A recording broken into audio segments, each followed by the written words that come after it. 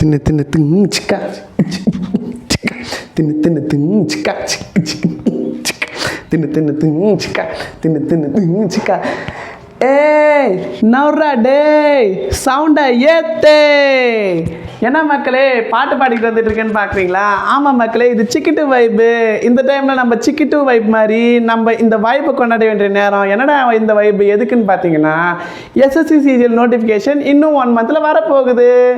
So already preparation start பண்ணிக்கிறவங்க இன்னும் preparation strong பண்ணுங்கள். இன்னுமே ப்ரிப்பரேஷன் ஸ்டார்ட் பண்ணாதவங்க ஸ்டார்ட் பண்ணிவிடுங்க. ஏன்னா என்னோட இந்த சிக்கிட்டு வைப் என்னோட என்ன கான்செப்ட் அப்படின்னா, சீக்கிரம் எக்ஸாமை கிராக் பண்ணேன். ஸோ உங்களுடைய ப்ரிப்பரேஷன் வந்து ஸ்டார்ட் பண்ண ஆரம்பிச்சிருங்க. எஸ்எஸ்சி சிஜிஎல் வந்து பல்க் வேக்கன்சி வரப்போகுது. இப்போ தான் ஒரு நியூஸ் அப்டேட் வந்து எனக்கு வந்திருக்கு. என்னன்னா சிஜிஎல் 2022க்கு வந்து எஸ்எஸ்சி வந்து 2022ல் எவ்வளோ வேக்கன்சி வந்ததோ அதே மாதிரி இந்த வாட்டியும் வந்து 18,000+ வேக்கன்சி கன்ஃபார்ம்னு எனக்கு சொல்லியிருக்காங்க. இது இன்னும் இன்க்ரீஸ் ஆகும், 20,000 கிட்ட போகும். ஸோ இந்த வேக்கன்சி வந்து நம்ம விடக்கூடாது.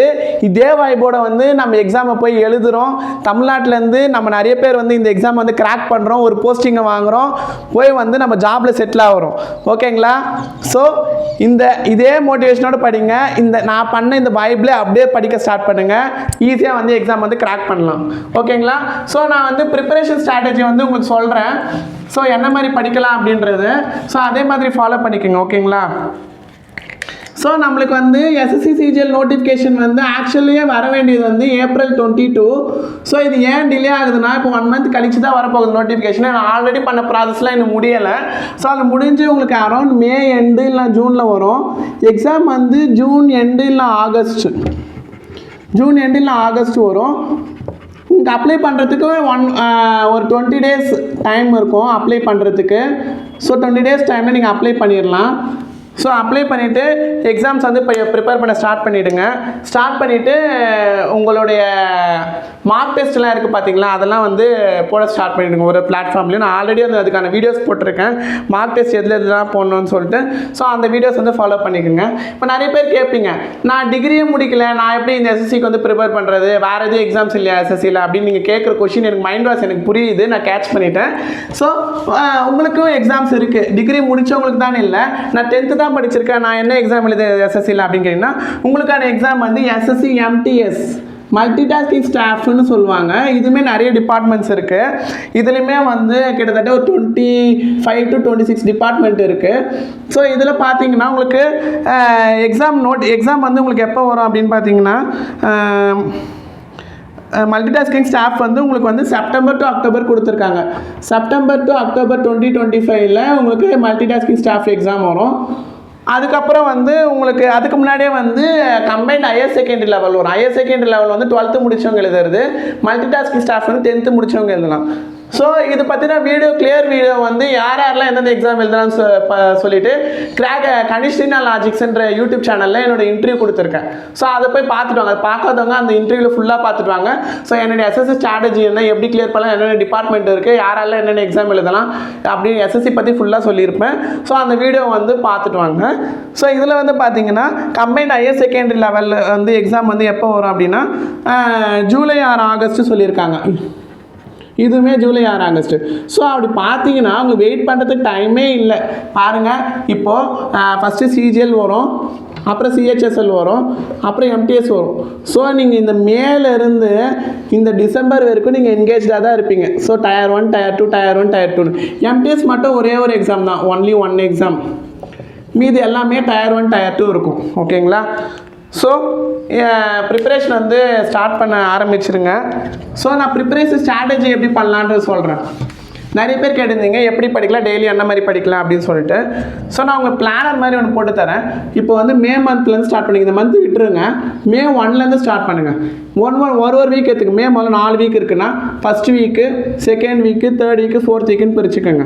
ஸோ ஃபஸ்ட்டு வந்து உங்களுக்கு Tier 1 தான் வரும். ஸோ Tier 1க்கான ப்ரிப்பரேஷன் தான் நீங்கள் ஃபஸ்ட்டு பண்ணணும். Tier 1 பார்த்தீங்கன்னா உங்களுக்கு May ஃபஸ்ட் வீக்கில் ஃபுல்லாக வந்து என்ன பண்ணுங்கன்னா, ஈவினிங்கில் இல்லை மார்னிங் டைம் என்னவோ அந்த மாதிரி ஃபிக்ஸ் பண்ணிக்கோங்க. 1 hour வந்து ஆப்டிக்கு ஃபிக்ஸ் பண்ணிக்கோங்க. அப்புறம் இன்னொரு 1 hour வந்து ஜென்ரல் ரீசனிங்கு. அப்புறமே டெய்லியுமே வந்து 1 hour வந்து ஜென்ரல் அவேர்னஸ் படிக்கணும். ஏன்னா ஜென்ரல் அவேர்னஸ் வந்து waste syllabus, history, civics, geography, economics, polity எல்லாமே படிக்கிற மாதிரி இருக்கும்.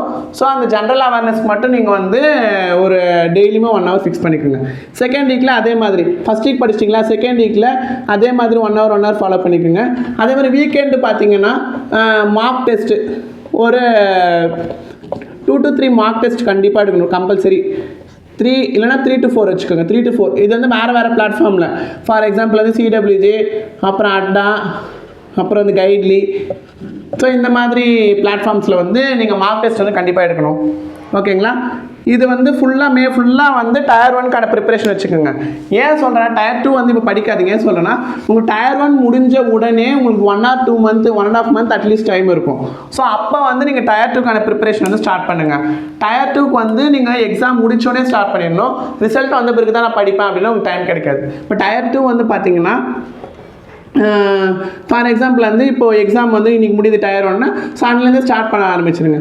ஜென்ரல் அவேர்னஸ் படிங்க, அப்புறம் ஆப்டியில் அட்வான்ஸ் மேத்தமெட்டிக்ஸ் படிங்க, நெக்ஸ்ட்டு வந்து ரீசனிங் படிங்க. அதுக்கப்புறம் வந்து ஜென்ரல் இங்கிலீஷ்லாம் நிறைய படிங்க. ஏன்னா இதுக்கு தான் வெயிட்டேஜ் அதிகம். நான் ஆல்ரெடி அது ஒரு வீடியோ போட்டிருக்கேன், எந்தெந்த செக்ஷன்ஸுக்கு எவ்வளோ வெயிட்டேஜ் மார்க்கு, எவ்வளோ டைம்னு சொல்லிட்டு. ஸோ அந்த வீடியோ பார்க்காதவங்க பார்த்துட்டு வந்துடுங்க. ஸோ ஜென்ரல் இங்கிலீஷ் தான் வந்து Tier 2ல வந்து வெயிட்டேஜ் அதிகம். ஜென்ரல் இங்கிலீஷ் தான் நீங்கள் நிறைய கான்சன்ட்ரேட் பண்ணணும். அட்லீஸ்ட் டெய்லி ஒரு 2 hours அதுக்கு ஸ்பெண்ட் பண்ணிடுங்க Tier 1 முடிஞ்ச உடனே. ஓகேங்களா? இதுக்கப்புறம் வந்து என்ன உங்களுக்கு அடிஷ்னல் என்ன இருக்குன்னா கம்ப்யூட்டர் நாலேஜ் இருக்கும். அது குவாலிஃபைங் தான், ஆனால் அதையுமே நீங்கள் வந்து மார்க் எடுக்கணும். ஸோ கம்ப்யூட்டர் நாலேஜ் படிங்க. கம்ப்யூட்டர் நாலேஜ் பொறுத்த வரைக்கும் நான் என்ன சொல்லுவேன்னா, உங்களுக்கு பெஸ்ட்டு வந்து எதை ஃபாலோ பண்ணுங்கன்னு சொல்லுவேன்னா, லிவின் CA ஃபஸ்ட்டால் கம்ப்யூட்டர் அவேர்னஸ்க்குன்னு ஒரு பண்டில் போட்டிருக்காரு. ஸோ அதை ஃபாலோ பண்ணிக்கோங்க கம்ப்யூட்டர் நாலேஜ்க்கு. இதுக்கப்புறம் டெஸ்ட் இருக்குது, டெஸ்ட்டு ப்ராக்டிஸ் பண்ணிக்கோங்க. டேட்டா என்ட்ரி ஸ்பீட் டெஸ்ட்டு, இது காமன் ஃபார் ஆல் போஸ்ட். ஓகேங்களா? இப்போ நீங்கள் JSO இல்லை ஜூனியர் ஸ்டாட்டிஸ்டிக்கல் ஆஃபீஸர் கிரேட் 2 அது போகிறீங்க அப்படின்னா உங்களுக்கு வந்து பேப்பர் 2 இருக்கும், ஸ்டாட்டிஸ்டிக்ஸ். அதுக்கு நீங்கள் தனியாக படிக்கணும். ஸோ அந்த பேப்பர் படித்து எழுதுறீங்க அப்படின்னா அதை ப்ரிப்பேர் பண்ண ஸ்டார்ட் பண்ணிடுங்க. ஓகேங்களா? ஸோ நான் ஆல்ரெடி சொன்ன மாதிரி Tier 1 வந்து 200 மார்க்ஸு, Tier 2 வந்து 390 மார்க்ஸ். ஓகேங்களா? ஸோ இதுக்கு தகுந்த மாதிரி உங்களை ப்ரிப்பரேஷன் வந்து ஸ்டார்ட் பண்ணிக்கோங்க. பிளானிங் போட்டுக்கோங்க. டெய்லி வந்து ஒரு 1 hour இல்லைனா ஒரு 3 to 4 hours கண்டிப்பாக நீங்கள் வந்து படிக்கணும். அது எதுனாலும் சரி, எதனா ஒரு டாபிக் எடுத்து படிங்க, மார்க் டெஸ்ட் போடுங்க. இந்த வாட்டி வந்து CGL வந்து கிளியர் பண்ணுங்கள். ஓகேங்களா? ஓகே ஃப்ரெண்ட்ஸ், நெக்ஸ்ட்டு வீடியோவில் வந்து நான் வந்து ரீசனிங் எப்படி படிக்கணும் அப்படின்றத வந்து நெக்ஸ்ட் வீடியோவில் சொல்கிறேன்.